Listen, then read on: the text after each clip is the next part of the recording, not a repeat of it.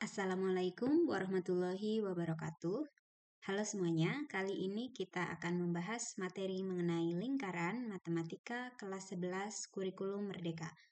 Nah, tadinya materi ini itu dipelajari di SMP kelas 8. Namun di kurikulum merdeka ini masuk ke materi matematika kelas 11. Ini adalah subbab yang akan kita pelajari. Nah, di video kali ini kita akan fokus kepada definisi dan unsur-unsur lingkaran. Oke, kita ingat kembali definisi lingkaran. Lingkaran itu adalah tempat kedudukan titik-titik yang memiliki jarak yang sama terhadap titik tertentu. Titik tertentu ini adalah titik pusat. Jarak yang sama yang dimaksud adalah jari-jari lingkaran. Jadi lingkaran itu tempat kedudukan titik-titik. Nih, ini titik-titik semua. Kumpulan titik-titik, tempat kedudukan titik-titik yang memiliki jarak yang sama terhadap titik tertentu. Jadi dari sini ke sini, dari pusat ke lingkarannya semua, ini banyak ya. Itu dinamakan dengan jari-jari lingkaran. Nah, garis lengkung yang merupakan titik-titik yang berjarak sama terhadap titik L disebut lingkaran L. Jadi ini dia disebut lingkaran L dan dinotasikan dengan lingkaran, simbol lingkaran L. Dibacanya dengan lingkaran L. Seperti itu, unsur-unsur lingkaran. Ini ingat kembali ya, unsur-unsur lingkaran kita mulai dari titik pusat. Titik pusat adalah titik yang berada di pusat lingkaran. Dalam hal ini itu adalah titik O.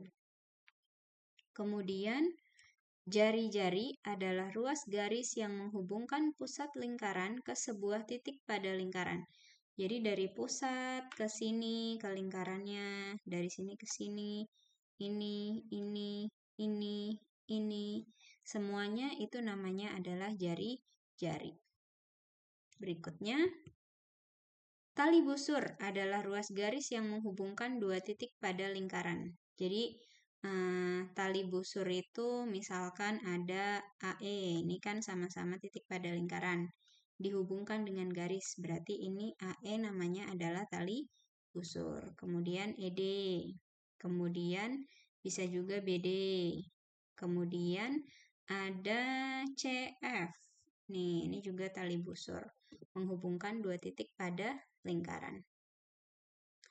Nah, berikutnya adalah diameter. Diameter itu adalah tali busur yang melewati pusat lingkaran. Dalam hal ini, karena pusatnya O, maka yang dinamakan dengan diameter adalah CF. Yang ini ya. Nah, lalu apotema. Apotema itu adalah jarak dari pusat lingkaran ke tali busur. Jarak dari pusat ke tali busur. Tadi ED itu adalah tali busur. Jadi jarak dari titik pusat ke tali busur sini, ini adalah apotema. Dalam hal ini adalah OG. Lanjut, busur adalah bagian dari lingkaran. Jadi ada banyak banget ya di sini. Ada busur AB, nulisnya seperti ini simbolnya.